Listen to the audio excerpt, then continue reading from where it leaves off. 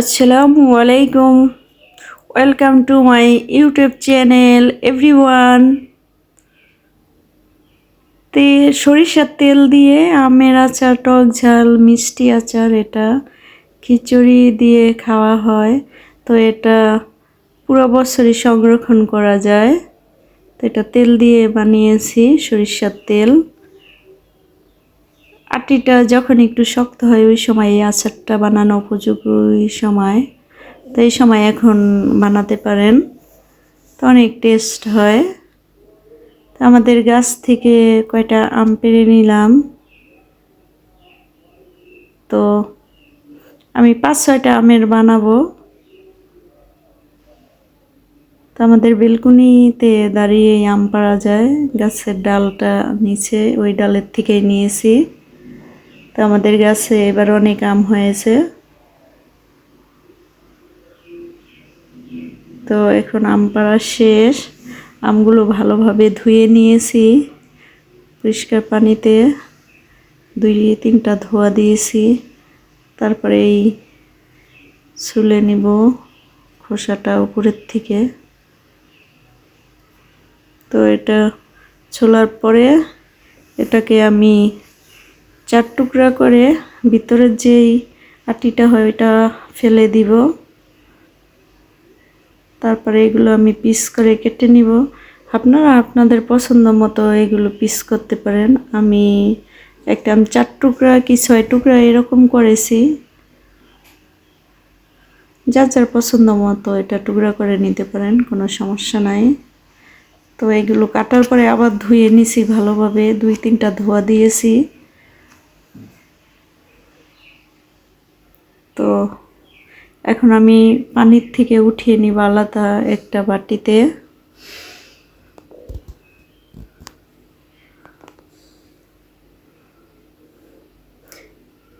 তো কাঁচা আম লাগবে, নরম আম হলে আবার হবে না, তাহলে আচারটা গলে যাবে।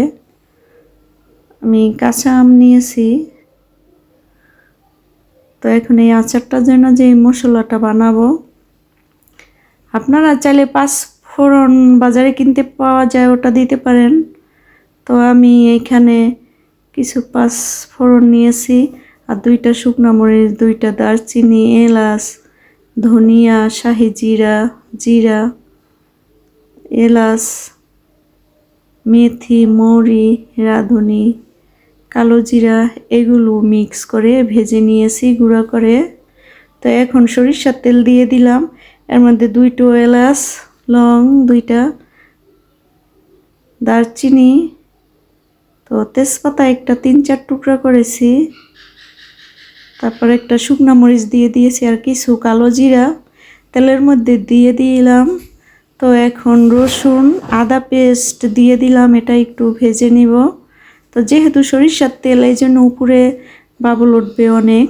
তো মরিচের গুঁড়া দিয়ে দিলাম, শুকনা লাল মরিচের গুঁড়া 1 চামচ, জিরার গুঁড়া, ধনিয়ার গুঁড়া 1 চামচ করে দিয়ে দিলাম, হলুদের গুঁড়া দিয়ে দিছি 1 চামচ, তাহলে কালারটা অনেক সুন্দর আসবে। এখন একটু আমি ভেজে নিব ভালোভাবে, তাহলে কাঁচা যেই গন্ধটা ওইটা চলে যাবে। তো এখন আমি সরিষা বেটে রাখছিলাম শিলপাটায়, এই বাটাগুলো দিয়ে দিলাম। 4 চামচে 3 চামচের মতো হবে, তাহলে আচারটা অনেক টেস্ট হয়, এজন্য এগুলো দেওয়া। তো এগুলো দিয়ে আবার একটু আমি নাড়াচাড়া করে নেওয়ার পরে আম দিয়ে দিলাম ফালি করে, যে আমগুলো রেখেছিলাম। তো আমটা দিয়ে একটু নাড়াচাড়া করেছি। তো এখন আবার আমি চিনি দিয়ে দিব।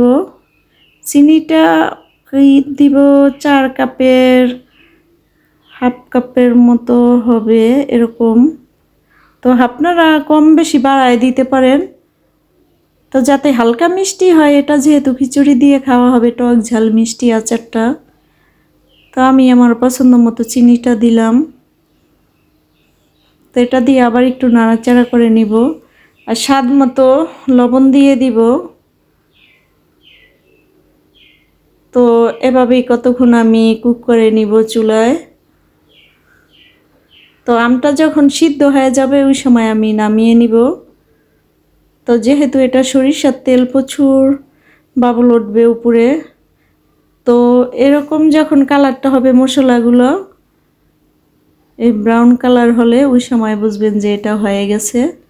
তো এই যে এরকম কালারটা, তো ওই সময় আমি নামিয়ে নিব। এই যে অনেক সুন্দর একটা কালার আসছে। এখন আমি ওই পাঁচফোড়নগুলো দিয়ে দিলাম। নামানোর একটু আগ দিয়ে যেই মশলাটা গুঁড়া করে রাখছিলাম ওইটা দিয়ে দিলাম। আমার আচার এখন রেডি হয়ে গেছে। এখন আমি চুলা বন্ধ করে দিয়েছি। তো অনেক সহজভাবেই বানানো যায়। তো এই আচারটা পুরো বছর সংরক্ষণ করে রাখা যাবে, 1 বছর পর্যন্ত। তো হালকা বিট লবণ দিয়ে দিলাম। বিট লবণ দিয়ে আবার একটু নাড়াচাড়া করে নিব। আর এটা যখন ঠান্ডা হবে আচারটা, প্রথমত আমি একটা বাটিতে নামিয়ে নিয়েছি। তো পরে এইগুলো বয়রমে ভরে রাখবেন যদি সংরক্ষণ করে রাখতে চান। তো বয়রমে ভরার জন্য ঠান্ডা করে নিতে হবে, গরম ভরা যাবে না। যখন ঠান্ডা হয়ে যাবে ওই সময় ভরে নেবেন বয়রমে। যে কোনো কাচের বাটি বা বয়মে রাখতে পারেন, তাহলে অনেক দিন পর্যন্ত খাওয়া যাবে ভালোভাবে। আচারটা অনেক টেস্ট ছিল।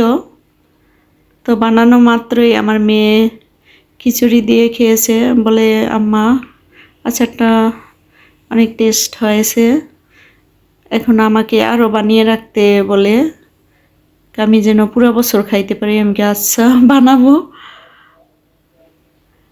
তো আমার ভিডিওটা কেমন লাগলো কমেন্টে জানাবেন, ভালো লাগলে লাইক দিবেন। এখন যেহেতু গরমের সিজন, সবাই প্রচুর পরিমাণের পানি খাইবেন, শরবত খাবেন।